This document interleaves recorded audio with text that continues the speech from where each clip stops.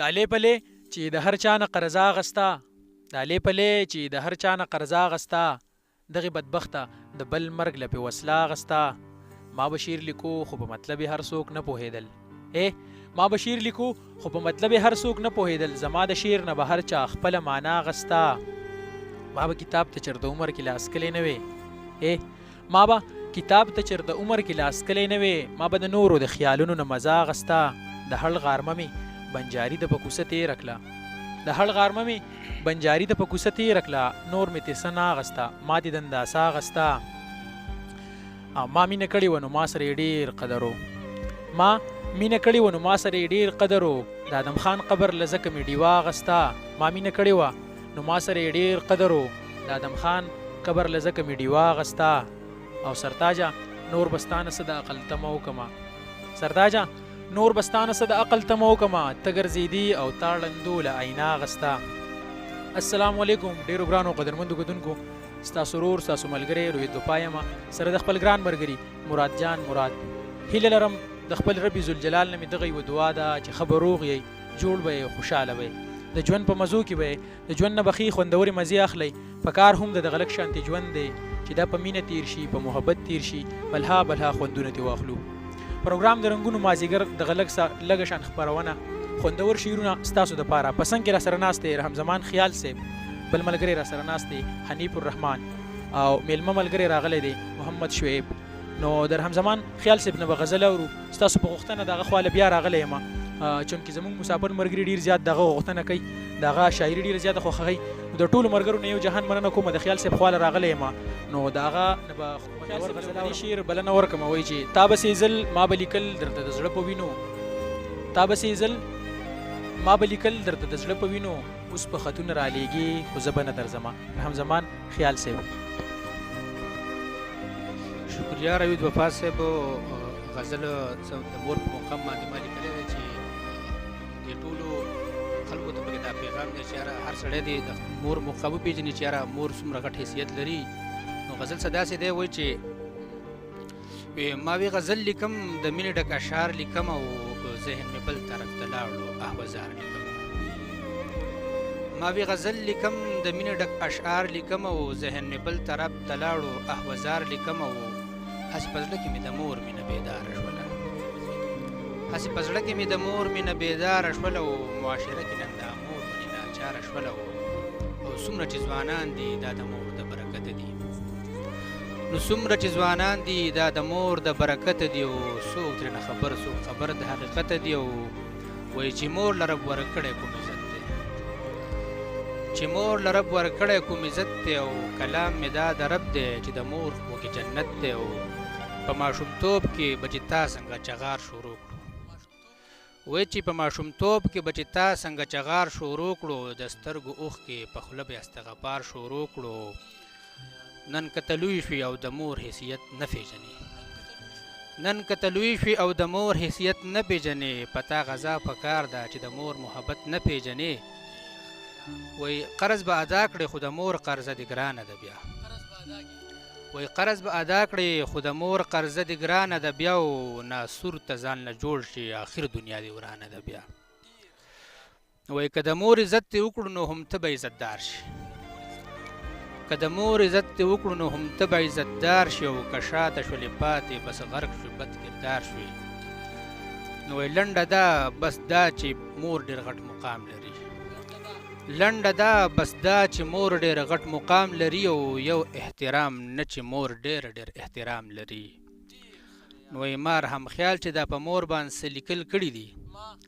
وایي ما رحم خیال چې دا په مور باندې څه لیکل کړي دي او دا یو پیغام دی ما د مینې په لیول کړي دي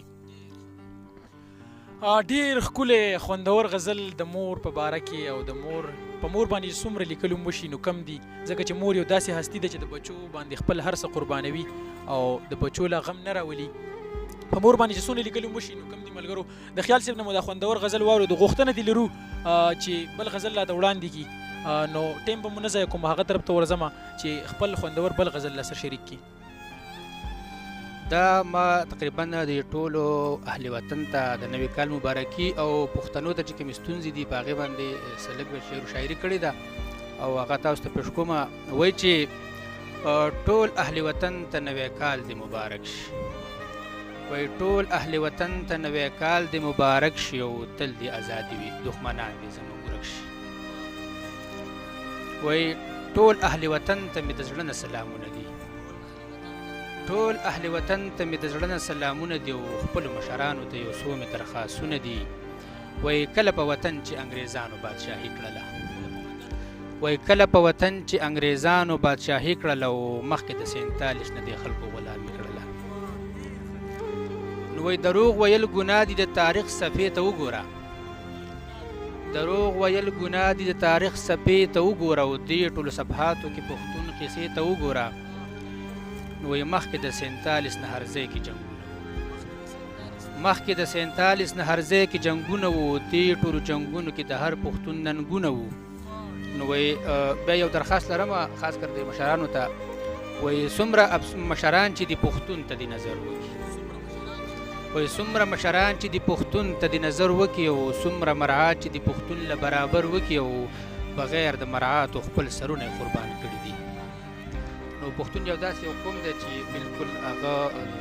مراعات غواړي، چې کله داسې یو موقع راځي چې هغه پکې بلکل خپل سر قربانوي، ځان شهید کوي. نو وایي بغیر د مراعاتو خپل سرونه یې قربان کړي دي، بغیر د مراعاتو خپل سرونه یې قربان کړي دي او دې وطن دپاره یې بچي شهیدان کړي دي. او څومره ښکلی قوم تعلیم یافته او جوانان لري، وایي څومره ښکلی قوم تعلیم یافته او جوانان لري او ډک د جذبې نه په وطن مې سر قربان لري. نو وایي چې هم هغه پښتانه دي په پښتون د ظلم زور دی، وایي هم هغه پښتانه دي په پښتون د ظلم زور دی او سحر د کوره روغ وځي ماښام په کور کې شور دی. او وایي په دې زه پوهه نه شوم چې پښتون هر ځای وجلی شي، وایي په دې زه پوهه نه شوم چې پښتون هر ځای وجلی شي او حیران شم جذبې ته چې پښتون څوک زغلولی شي. وایي لیکمه سو اشعار د وطن دی مشرانو ته، وایي لیکمه سو اشعار د وطن دی مشرانو ته، وایي سلک اقتدار ورکوي د پښتون بچي ځوانانو ته. وایي څومره پښتانه چې دي یو صلاحیت لري، وایي څومره پښتانه چې دي یو صلاحیت لري او ډک دي د جذبې نه اسلامي اخوت لري. او نو وایي ای مشر د پښتون ته مقبرو ته نظر وکړه، وایي ای مشر د پښتون ته مقبرو ته نظر وکړه او د پښتون په مقبره کې بیا جنډو ته نظر وکړه. نو وایي دا جنډه مې د وطن د پښتون په قبر څه کوي، وایي دا جنډه مې د وطن د پښتون په قبر څه کوي، وایي دا جنډه ګواهي د شهید په مرتبه کوي. وایي زر هم خیال به څه اشعار په پښتنو ولیکم، وایي زر هم خیال به څه اشعار په پښتنو ولیکم. وایي دا په پین نه چې د وینو، زر هم خیال به څه اشعار په پښتنو ولیکم، زر هم خیال به څه اشعار په پښتنو ولیکم، دا په پین نه چې د وینو په قطرو ولیکم. وایي ځکه زموږ هره کوڅه کې د پښتون وینه بهېدلې ده، وایي ځکه زموږ هره کوڅه کې د پښتون وینه بهېدلې ده او د هر پښتون د کوره د غوغا چغه ختلې ده. نو وایي زره هم زمان چې څومره وغواړم لیکل پرې کېږي، وایي زره هم زمان چې څومره وغواړم لیکل پرې کېږي. او وایي ته مې ځوانان یادې بچي را بېدارول پرې کېږي. او که مې بیدار شولو دا قوم نو ډېره ګرانه ده بیا، که مې بیدار شولو دا قوم نو ډېره ګرانه ده بیا، او پاتې به نه شي د پښتون قصه روانه ده بیا. نو وایي دلته بیا بس کړم پښتنو ته سلامونه وایم، دلته بیا بس کړم پښتنو ته سلامونه وایم او رحم پښتون یم پښتنو له کلامونه وایم. ډېر ښه دی او ډېر ښکلی خوندور غزل د خیال صاحب تاسو واورېدو. امید لرم چې ډېر به مو خوښ کړی. ګرانو قدرمندو کتونکو زموږ دا پیج لایک کړئ، د رنګونو مازدیګر د یوټیوب چینل زموږ سبسکرایب کړئ چې زموږ هر یو ویډیو تاسو ته په ټایم در رسي او تاسو زموږ د ویډیو نه خوند اخلئ. بلها مسافر ملګري د هغونه یو جهان مننه کومه. د خیال صاحب نه په اخر کې دغه یو پوښتنه لرمه، دا زما په زړه کې ده چې هغه د به وایم چې زموږ خیال صاحب زموږ د قدم ته په کم نظر باندې ګوري، چې موږ د ملګرو سره مرکې کوو، خوندور شعرونه د خپلو ملګرو سره وطنوالو مسافر ملګرو سره شریک کوو، زموږ د قدم ته په کم نظر ګوري. ماشاءالله ستاسو خو ډېر ښکلي ښکلي پروګرامونه دي. زما په خپله باندې لکه داسې پروګرامونو کولو سره بلکل څه دغه منسلک نه و، خو کله چې ستاسو سره ما فعله پروګرام وکړو نو بیا چې کله زه ځای په ځای د ملګرو سره ملاوېدم نو هغو ما ته به وي چې یار ماشاءالله ډېر ښکلی پروګرام و. نو زما زړه کې ستاسو سره یوه مینه پیدا شوه چې یار ما وویل چې یاره به زه داسې نور هم اشعار جوړ کړم، غزل جوړ کړم په پښتنو لیکل وکم، داسې ښکلي ښکلي لیکل وکم. او لکه زه به دا ویم چې ستاسو د پروګرام سره زما د ذهن ته داسې نور شاعري او زه لکه نورم په خپله شاعرۍ کې مخکې لاړم. او زه به دا ویم چې لکه زه تقریبا چې کښېنم نو په ګنټه کې 300 غزلې لیکم. دا ټول ستاسو د پروګرام برکت دی. زه ټولو خپلو مینهوالو نه دا درخواست کوم، دا ته غواړم چې یاره څوک هم زموږ دا پروګرام د رنګونو مازدیګر ګوري نو زموږ دا پیج لایک کوي، شیر کوي دي. د دیو پیج لایک کول، شیر کول دا زموږ دپاره یو حوصله ده، زموږ دا پروګرام په پرمختګ کوي. او د هغو به زه ډېره شکریا ادا کوم چې څوک زموږ پیج لایک کوي، شیر کوي. ځکه چې نن سبا خو نیټ هم